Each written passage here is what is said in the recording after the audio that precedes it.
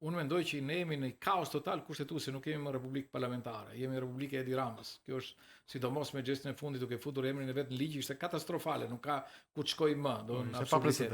Është pa precedent dhe është shumë e rrezikshme. Por ajo që unë them është që ne duhet shikojmë të realizojmë kush është qëllimi, dhe qëllimi është zgjedhje lira të ndershme. Përfaqësimi në kuvend nga votat e qytetarëve dhe zgjedhja e qytetarëve, jo e partive politike apo manipulimit të zgjedhjeve. Dhe në këtë pikpamje, qoftë se ka nevojë për ndryshim kushtetues duhet bërë. Edi Rama ndryshoi kushtetuesin për 3 ditë. As Bangladeshja, ku diun, në një vend i botës tretë nuk mund ta ndryshojë kushtetuesin për 3 ditë, jo më një vend antar i NATO-s. Po ja që e bërë dhe kush nuk flet për atë. Nëse ka një frym për diskutuar në mënyrë të përbashkët për të gjetur një zgjidhje pozitive për Shqipërinë, për të arritur ato standarde që duhen europianë si vend antar i NATO-s, ne duhet ta bëjmë atë. Por ajo që unë mendoj pas kësaj, ne duhet të shikojmë një reformë kushtetuese reale. Shqipëria ka nevojë për një kushtetues, ne kemi një kushtetut do të thënë të shpërfytyruar. Që nuk dihet, nuk është më parimi check and balance.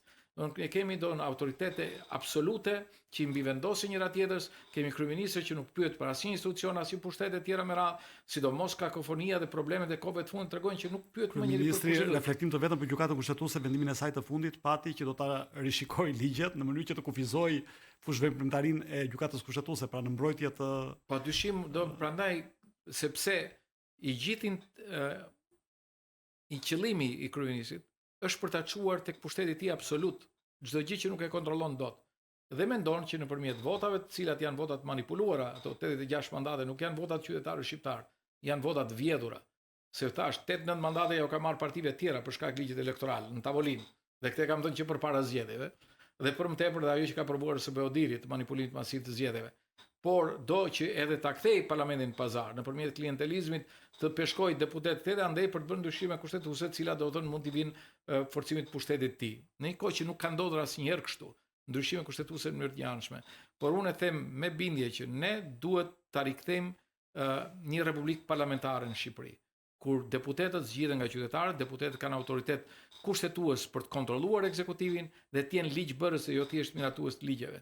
Dhe një parim check and balance e në raport me drejtësinë edhe me ekzekutivin. Ekzekutivi është produkt i parlamentit, nuk është parlamenti për fatin e keq siç është sot produkt i qeverisë. Pse është produkt i qeverisë? Se kryetari i mazhorantës zgjedh deputetët. Deputetët duart trokasin sikon e kuvendit partisë punës, do të vjen zor ti është në një sallë ku çdo fjalë që flitet ka nga një duart trokitje nga mbrapa nga ata që as kanë kuptuar se çfarë ka thënë folsi dhe as kanë kuptuar se ku është qëllimi atij që foli. Vetëm janë ushtar të radhës për plotësuar dëshirat dhe tekat dhe autoritetin për pushtet dhe për para të kryeministit apo shpurrës tij.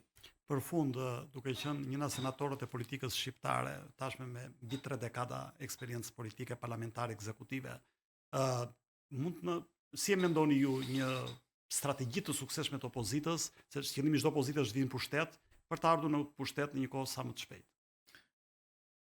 Strategjia në radhë parë ka nevojë për një narrativ të qartë. Një narrativ të qartë programore alternative, jo vetëm për atë çka ka sot pushteti, por edhe për atë çka i ofrojmë ne qytetarëve shqiptar. Sepse ti nuk mund të ofrosh vetëm përplasjen me pushtetin, por dhe bashkëpunimin për ndërtuar diçka më të mirë. Dhe eksperienca nga 2001 deri në 2005 është një eksperiencë të cilën opozita duhet ta rikthejë dhe ta vlerësojë. Unë jam gjithmonë që momente historike duhen rivlerësuar në një moment për të marrë atë që është më e mira. Dhe kjo ka të bëjë me raportet e brendshme. Hapja e opozitës është e domosdoshme. Prandaj them që forumi për dialog është një strategji jashtëzakonisht e mirë për ta bashkuar dhe për ta hapur opozitën në qëllime të përbashkëta. Duhet një lloj kopi i dytë apo Shiko, mund t'i vendosë çdo lloj emri, unë nuk mendoj që do të thënë duhet na pengojë se ka qenë njerëz duhet jetë prapë. Një histori e suksesshme ti duhet përpiqesh ta kthesh në një moment akoma dhe më të suksesshëm. Duke parë deficiencat që ka pasur në kohë.